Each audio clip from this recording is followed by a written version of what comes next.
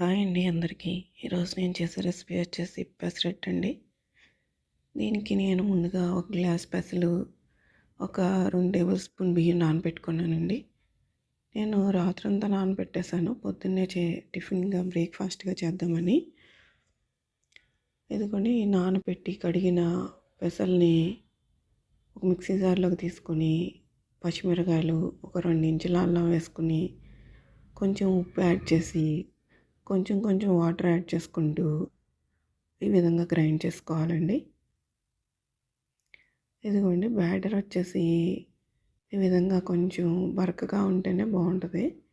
మరీ smooth paste అయితే పెసరట్టు బాగోదండి. ఈసారి ఇలా ట్రై చేసి చూడండి. ఇదిగోండి నేను 1 టేబుల్ స్పూన్ జీలకర్ర యాడ్ చేశాను. బ్యాటర్ కన్సిస్టెన్సీ వచ్చేసి ఈ విధంగా ఉండాలి. మరీ పలుచగా ఉండకూడదు, మరీ థిక్గా ఉండకూడదండి. ఇదిగోండి ఈ విధంగా ఉంటే పెసరట్టు బాగా వస్తుంది. ఇప్పుడు ప్యాన్ పెట్టుకుని వేడైనాక ఒక 2 చుక్కల నూనె యాడ్ చేసి ఈ విధంగా తుడుచుకోవాలండి. టిష్యూ పేపర్తో కానీ క్లాత్తో కానీ తుడుచుకోవాలి. నేను పెసరట్టులో కొంచెం కరివేపాకు యాడ్ చేశానండి, చిన్న చిన్న ముక్కలుగా కట్ చేసి. ఫ్లేవర్ బాగుంటుంది, ఒకసారి ట్రై చేయండి.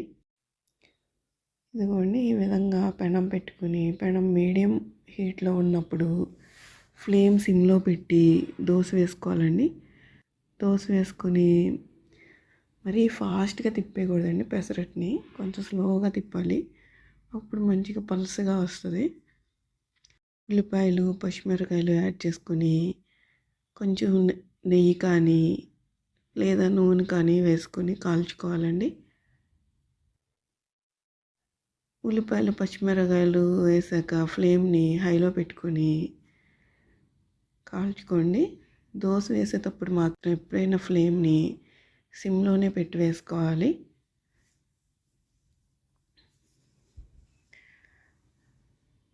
ఇదిగోండి ఇట్లా ఉల్లిపాయలు, పచ్చిమిరకాయలు వేసి ఆయిల్ వేసానండి నేను. అదే పిల్లలకి వేస్తే నెయ్యి వేసి కాలుస్తానండి.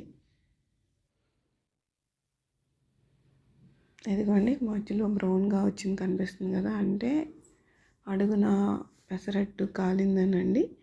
ఇప్పుడు పెసరట్టుని మధ్యలోకి 2 వైపులా తిప్పాల్సిన అవసరం లేదండి, ఎందుకంటే పెసరట్టు నేను పలుచగానే వేసాను కాబట్టి రెండో వైపు తిప్పాల్సిన అవసరం లేదు.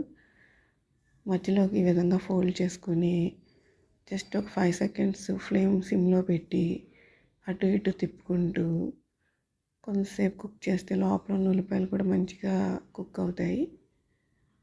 ఇదిగోండి అంతే అండి, దోశ రెడీ అయిపోయింది. మీకు ఇష్టమైన చట్నీతో సర్వ్ చేసుకోండి.